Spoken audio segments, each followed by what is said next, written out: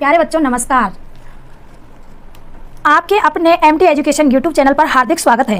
मैं आशा करती हूं कि आपकी बीएसटीसी एंड पीटीईटी 2023 की तैयारी अच्छी चल रही होगी और तैयारी में मजबूती बढ़ाने के लिए यूट्यूब पर हिंदी सिलेबस की हम लेकर आ रहे हैं वीडियो। तो पिछली वीडियो में हमने संधि की परिभाषा, संधि के प्रकार, जिसमें हमने संधि के 3 प्रकार बताए, स्वर संधि, व्यंजन संधि और विसर्ग संधि। संधि के हमने कौन कौन से प्रकार बताए थे? स्वर संधि, व्यंजन संधि और विसर्ग संधि। अब स्वर संधि क्या है, हमने इसकी भी जानकारी दी थी कि स्वर संधि में स्वर का स्वर से मेल होता है। स्वर का स्वर से मेल,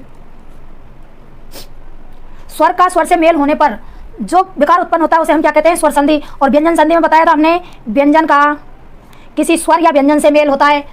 व्यंजन संधि में व्यंजन का किसी स्वर अथवा व्यंजन से मेल होता है और जिसके मेल होने से जो परिवर्तन होता है वही व्यंजन संधि है। ठीक वैसे हमने विसर्ग संधि में भी बताया था कि विसर्ग का किसी स्वर या व्यंजन से मेल होता है तो उसे हम विसर्ग संधि कहते हैं। और हमने स्वर संधि के भेदों को भी बताया था कल कि स्वर संधि के कितने भेद हैं? 5। स्वर संधि के भेद कितने बताए थे? 5, जिनमें पहला है दीर्घ, दूसरा है गुण, तीसरा है वृद्धि, चौथा है यण और 5वां है आयादी। तो बच्चों कल तक हमने यहाँ तक चर्चा की थी और दीर्घ संधि के बारे में भी कुछ थोड़ी बहुत हम चर्चा कर चुके थे। तो आज हम फिर से दीर्घ संधि से ही शुरुआत करते हैं। तो बच्चों अब चलिए आगे देखिए। दीर्घ स्वर संधि, ये स्वर संधि का पहला भेद है। तो दीर्घ स्वर संधि किसे कहते हैं? तो दीर्घ स्वर संधि जिसे जहां पर सजातीय स्वर आपस में मिलकर दीर्घ हो जाते हैं वही दीर्घ स्वर संधि होती है। मतलब जहां पर दो सजातीय स्वर क्या होते हैं? दो सजातीय स्वर आपस में मिलकर दीर्घ हो जाते हैं। जैसे हमने बताया था ए प्लस ए बराबर आ होता है। ए और ए का क्या दीर्घ क्या होता है? आ। और ए प्लस आ मिलकर क्या हो जाते हैं? आ। और आ प्लस ए मिलकर क्या हो जाते हैं? आ। और आ प्लस आ मिलकर क्या हो जाते हैं? आ दीर्घ। ठीक वैसे ही ई प्लस ई मिलकर क्या हो जाते हैं? दीर्घ ई। और ई प्लस दीर्घ ई मिलकर क्या हो जाते हैं? ये भी दीर्घ ई होगा। और दीर्घ ई प्लस ह्रस्वी मिलकर क्या होगा? दीर्घ ई। और दीर्घ ई प्लस दीर्घ ई मिलकर क्या होगा? दीर्घ ई। वैसे ही ऊ प्लस ऊ बराबर क्या होगा? दीर्घ ऊ। ऊ प्लस दीर्घ ऊ मिलकर क्या होगा? दीर्घ ऊ। दीर्घ ऊ प्लस ह्रस्व ऊ मिलकर क्या होगा? दीर्घ ऊ। और दीर्घ ऊ प्लस दीर्घ ऊ मिलकर क्या होगा? दीर्घ ऊ। अब हमको इस कंडीशन को देखना है। हमारी दीर्घ स्वर संधि में यही कंडीशन रहेगी। क्या रहेगी कि ए प्लस ए मिलकर क्या होगा? दीर्घ आ। ए प्लस आ मिलकर क्या होगा? दीर्घ आ प्लस ए मिलकर क्या होगा? दीर्घ आ प्लस आ मिलकर क्या होगा? दीर्घ आ। ठीक वैसे ही ई प्लस ई मिलकर क्या होगा? दीर्घ ई।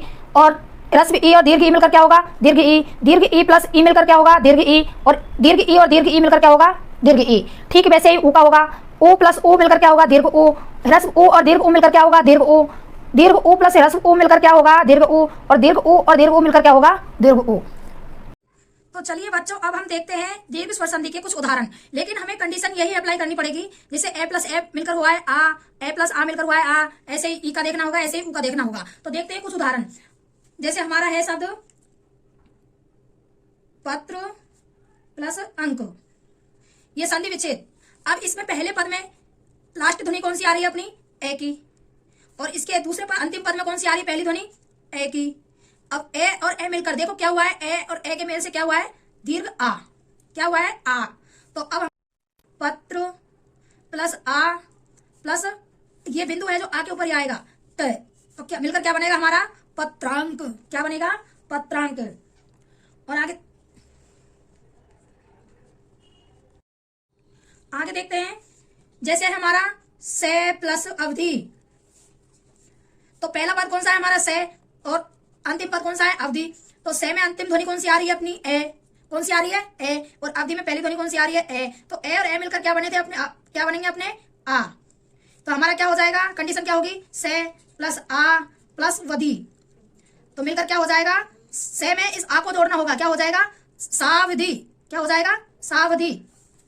और देखते हैं जैसे है हमारा दीक्षा प्लस अंत। अब इसमें देखो दीक्षा, इसमें अंतिम ध्वनि किसकी आ रही है? आ की। कौन सी आ रही है? आ की। और अंत में कौन सी आ रही है? ए। तो आ और ए मिलकर देखो हमारी कंडीशन क्या हुई? आ और ए मिलकर क्या बनेगा? आ। क्या बनेगा? आ। तो क्या हो जाएगा हमारा पद? दीक्ष प्लस आ प्लस त। तो हमारा शब्द क्या हो जाएगा? दीक्षांत। क्या हो जाएगा? दीक्षांत। और देखते हैं एक जैसे हमारा क्रिया प्लस आत्मक। क्या है हमारे पास पद? क्रिया प्लस आत्मक। क्या है? क्रिया आत्मक। तो क्रिया में अंतिम ध्वनि कौन सी आ रही है? आ की निकल कर आ रही है। ठीक वैसे ही आत्मक में पहली ध्वनि कौन सी आ रही है? आ की। तो अब कंडीशन क्या होगी? आ मिलकर क्या हुआ हमारे? आ। क्या हुआ? आ। तो हमारा पद हो जाएगा क्रिया प्लस आ प्लस तमक। तो हमारा शब्द क्या हो जाएगा? इस ये में आ को जोड़ना होगा तो क्या हो जाएगा? क्रियात्मक। क्या हो जाएगा? क्रियात्मक। क्या हो जाएगा? क्रियात्मक। अब कुछ ई के उदाहरण देखते हैं। ई के उदाहरण देखते हैं। जैसे हमारे पास हाँ ई वाली कंडीशन आप ये देख लो। ई वाली कंडीशन हमारी क्या है? ई और ई से मिलकर दीर्घ ई बनेगी। ई और ई से मिलकर दीर्घ बनेगी। तो ऐसे करके अब हमारे पास शब्द है प्रति प्लस एक। क्या है? प्रति प्लस एक। तो प्रति में अंतिम ध्वनि कौन सी निकल कर आ रही है हमारी बोलने पर? छोटी ई।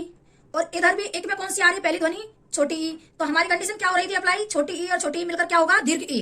क्या होगा? दीर्घ ई। तो हम देखते हैं प्रत, क्योंकि हलंत इसमें ये रहेगा क्योंकि इसमें से ई को हमने पहले निकाल लिया। प्रत प्लस ई और ई मिलकर दीर्घ ई हो गए और प्लस क। तो हमारा शब्द क्या हो जाएगा? प्रतीक। क्योंकि तय में बड़ी ई की मात्रा लगाई जाएगी। क्या हो जाएगा? प्रतीक। और देखते हैं जैसे है हमारा सती धनु ईस। क्या है हमारे पास पद? सती धनु ईस। तो सती में अंतिम ध्वनि कौन सी निकल कर आ रही है? दीर्घ ई। ऐसे ही ईस में पहली ध्वनि कौन सी आ रही है? दीर्घ ई। तो दीर्घ ई और दीर्घ ई मिलकर क्या बने हमारे? देखो दीर्घ ई और दीर्घ ई से मिलकर क्या बना? दीर्घ ई। तो हमारा शब्द क्या होगा? सत। कंडीशन हमारे पास ये रहेगी सत। इसमें से ई निकाला और इस में से ई निकाला तो हमारे पास दीर्घ ई। तो हमारी कंडीशन अब हो गई सत धन ई धन स। तो फिर इसको जोड़ने पर क्या होगा? सत तय में ई को जोड़ा जाएगा। सतीस। क्या होगा? सतीस। ठीक वैसे ही और देखते हैं उदाहरण। जैसे हमारे पास पद है यति प्लस इंद्र। तो यति में पहला पद कौन सा है? यति नहीं, यति प्लस इंद्र, इनमें से पहला पद है हमारा यति। अब यति में अंतिम ध्वनि किसकी निकल कर आ रही है? बड़ी ई की। और इंद्र में कौन सी आ रही है? छोटी ई की। अब हमारी कंडीशन देखो, बड़ी ई और छोटी ई मिलकर क्या हुआ? दीर्घ ई। क्या हुआ? बड़ी ई। तो अब हम इसको कंडीशन देखें क्या हुई इसकी। या तो इसमें से ई निकाली और इंद्र में से ई निकाली तो हम यहाँ पर क्या लिखेंगे? दीर्घ ई धनु नंद्र। अब इसको जोड़ने पर क्या होगा? यत। यत में जो ये हलंत लगा हुआ है इसमें बड़ी ई को जोड़ेंगे तो क्या हो जाएगा? यतीन्द्र। क्या हो जाएगा हमारे पास शब्द? यतीन्द्र। अब देखते हैं ऊ के उदाहरण। तो हमारे पास ऊ की क्या कौन सी कंडीशन बन रही थी? ऊ और ऊ मिलकर क्या हुआ? दीर्घ ऊ। तो हम देखते हैं अब ऊ का उदाहरण। हमारे पास है शब्द लघु प्लस उत्तम।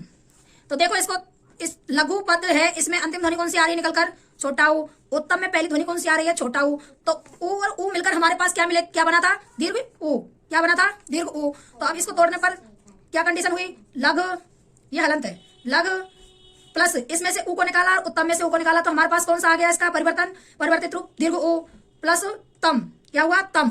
तो क्या हो जाएगा? ये घ है इसमें ऊ को जोड़ना होगा तो लघुत्तम। क्या हो जाएगा? लघुत्तम।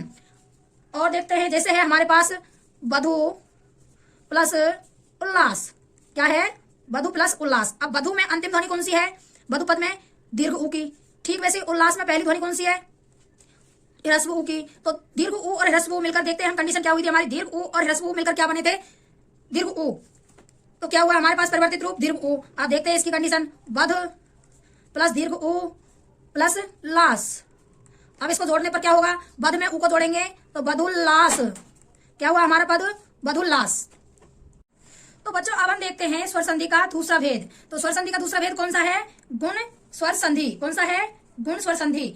तो गुण स्वर संधि कहते किसे हैं? गुण स्वर संधि होती कहां पर है? तो देखते हैं, यदि ए या आ के बाद, यदि ए या आ के बाद में ई या दीर्घ ई आए तो संधि होने पर इनको क्या हो जाएगा? ए।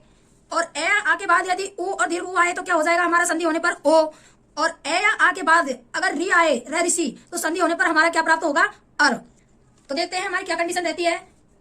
यदि ए या आ के बाद, ऐसे डायरेक्ट लिख लेते हैं, ए या आ के बाद यदि ई या दीर्घ ई आए तो क्या हो जाएगा हमारा? ए। यदि ए या आ के बाद अगर ऊ और दीर्घ ऊ आए तो क्या हो जाएगा हमारा? ओ। ए या आ के बाद अगर हमारा रे ऋषि आ जाए तो हमारा क्या हो जाएगा? संधि होने पर प्राप्त हमें क्या होगा? अर। क्या होगा? अर। हमारी कंडीशन है 3 यहाँ पर। कौन कौन सी हैं? तो हम इसको देखते हैं। यदि ए या आ के बाद में छोटी ई और बड़ी ई आएगा तो हमारा संधि होने पर क्या होगा, ए या आ के बाद में यदि उ और दीर्घ उ आए तो हमारा संधि होने पर क्या हो जाएगा, ओ। और ए या आ के बाद अगर हमारा री आए, री, तो हमारा क्या हो जाएगा संधि होने पर, अर। क्या हो जाएगा, अर। तो चलो बच्चों देखते हैं अब इसके कुछ उदाहरण। तो पहली कंडीशन कौन सी है हमारी, ए या आ के बाद ई या दीर्घ ई आए तो हमारा क्या हो जाएगा, ए। तो इससे ही संबंधित क्वेश्चन देखते हैं, वो देखते हैं उदाहरण। तो पहला उदाहरण है हमारा कौन सा, देखते हैं, शुभ प्लस इच्छु। तो शुभ प्लस इच्छु, अब पहला पद है हमारा शुभ, पहला पद कौन सा है हमारा, शुभ। तो शुभ में अंतिम ध्वनि कौन सी आ रही है, ए की, और इच्छु में पहली ध्वनि कौन सी आ रही है, ई की। तो हमारे पास कंडीशन क्या हुई, ए प्लस ई। तो ए प्लस ई, ए या आ के बाद में ई या दीर्घ ई आए तो हमारा क्या हो जाएगा, दोनों का मिलकर ए। क्या हो जाएगा, ए। तो अब देखते हैं हमारे पास कंडीशन कौन सी है, शुभ प्लस ए प्लस छु।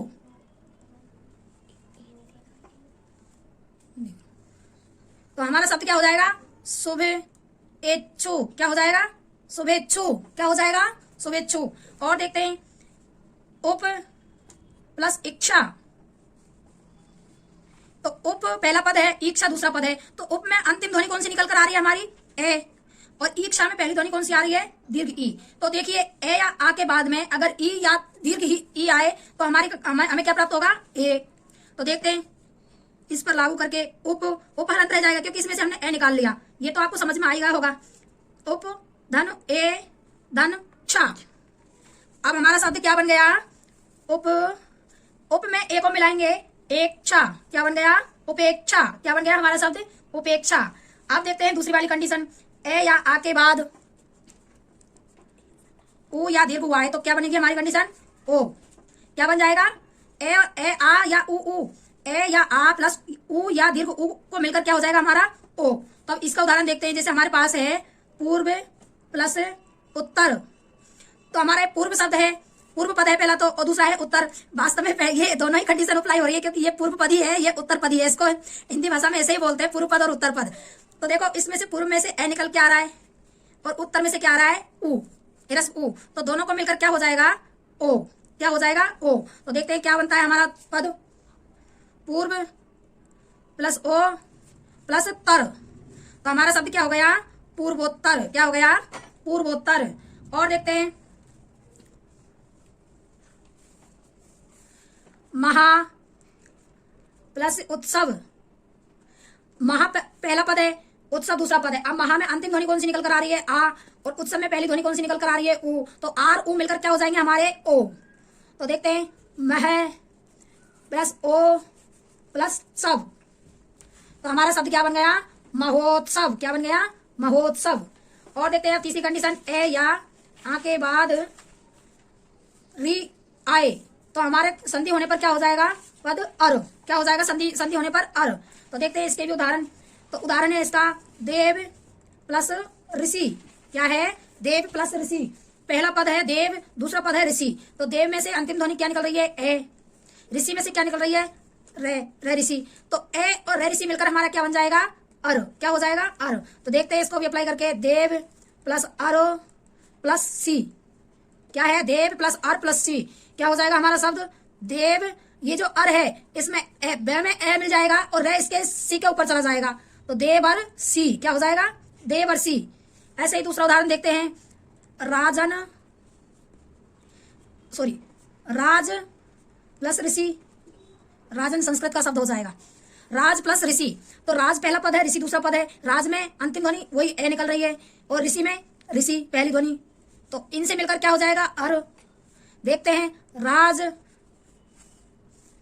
धन अर धन सी। तो ऐसे ही इसका पद हो जाएगा, राजर्षि। क्या हो जाएगा, राजर्षि। तो बच्चों अगला भेद आता है हमारा वृद्धि स्वर संधि।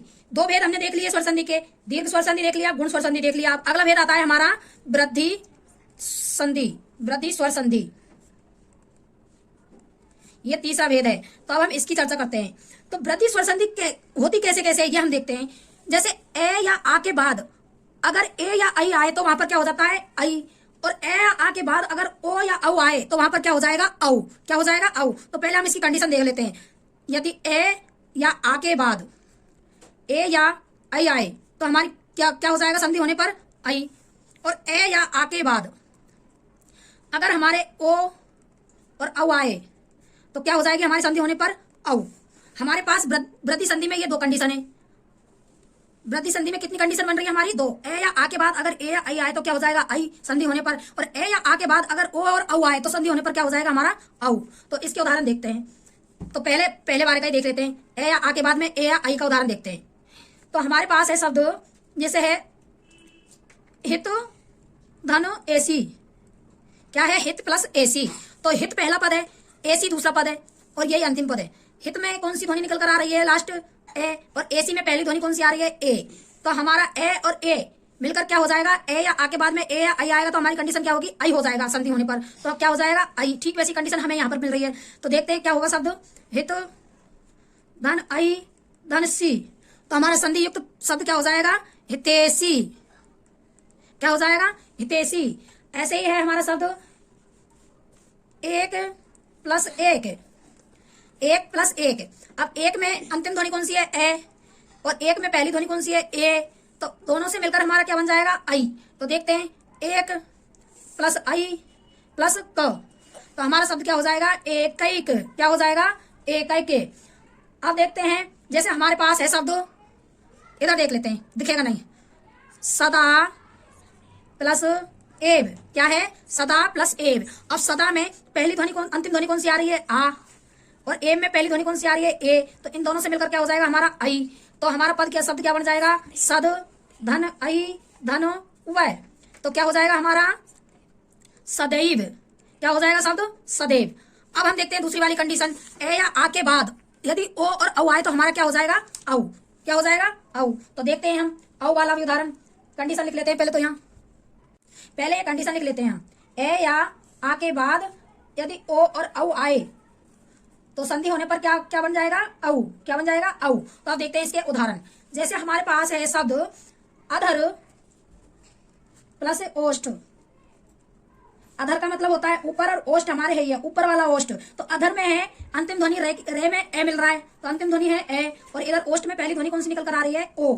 तो इन दोनों से मिलकर हमारी कंडीशन देखते हैं क्या मिल रहा है हमें? औ बन रहा है। क्या बन रहा है? औ। तो देखते हैं क्या हो जाएगा। अधर प्लस औ प्लस ठो। तो हमारा शब्द क्या हो जाएगा मिलकर? अधरौष्ठ। अधरौष्ठ। क्या हो जाएगा? अधरौष्ठ। इसका अर्थ होता है ऊपर वाला होठ। क्या हो जाएगा? अधरौष्ठ। और देखते हैं जैसे हमारा शब्द वन प्लस औषधि। तो पहला पद है हमारा वन, दूसरा पद है हमारा औषधि। तो वन में अंतिम ध्वनि है ए और औषधि में है पहली ध्वनि औ। कौन सी है? औ। तो दोनों से मिलकर हमें क्या प्राप्त होगा? संधि होने पर औ। क्या बन जाएगा? औ। तो देखते हैं हमारा शब्द क्या हो जाएगा। वन प्लस औ प्लस सधि। क्या हो जाएगा? वन प्लस औ प्लस सधि। तो हमारा मिलकर इनसे शब्द क्या हो जाएगा? वनौषधि। क्या हो जाएगा? वनौषधि। और देखते हैं जैसे है बिंब प्लस औष्ठ। औष्ठ नहीं होगा, ओष्ठ ही होगा। बिंब प्लस ओष्ठ। तो बिंब में पहली ध्वनि अंतिम ध्वनि निकल कर आ रही है ए, और ओष्ठ में अंतिम पहली ध्वनि आ रही है ओ। तो इनसे मिलकर क्या हो जाएगा हमारा? औ। तो देखते हैं बिंब प्लस औ प्लस ठो। तो हमारा शब्द मिलकर क्या हो जाएगा? बिंबौष्ठ। क्या हो जाएगा? बिंबौष्ठ। तो बच्चों आज के लिए इतना ही काफी, और मिलते हैं अगली वीडियो में। और यदि आपको कोई डाउट हो तो हमें कमेंट करें, और इसी तरह की हमारी वीडियो देखने के लिए हमारे चैनल को सब्सक्राइब करें और बेल आइकन को दबाएं, जिससे आपको अगली वीडियो का नोटिफिकेशन जल्द से जल्द प्राप्त हो। और वीडियो को लाइक करें और अपने साथियों को जोड़ने के लिए ज्यादा से ज्यादा संख्या में शेयर करें। धन्यवाद।